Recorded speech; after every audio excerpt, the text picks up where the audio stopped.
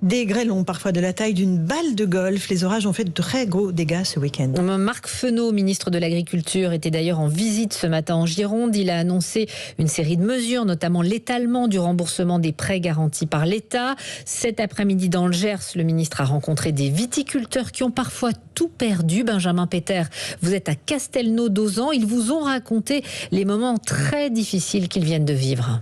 Oui, tous décrivent ce moment éprouvant où ils ont découvert leur vigne d'Armagnac ou de Côte de Gascogne hachée par des grêlons, parfois de la taille d'une balle de golf. D'ailleurs, au sol, la terre porte encore les marques des impacts.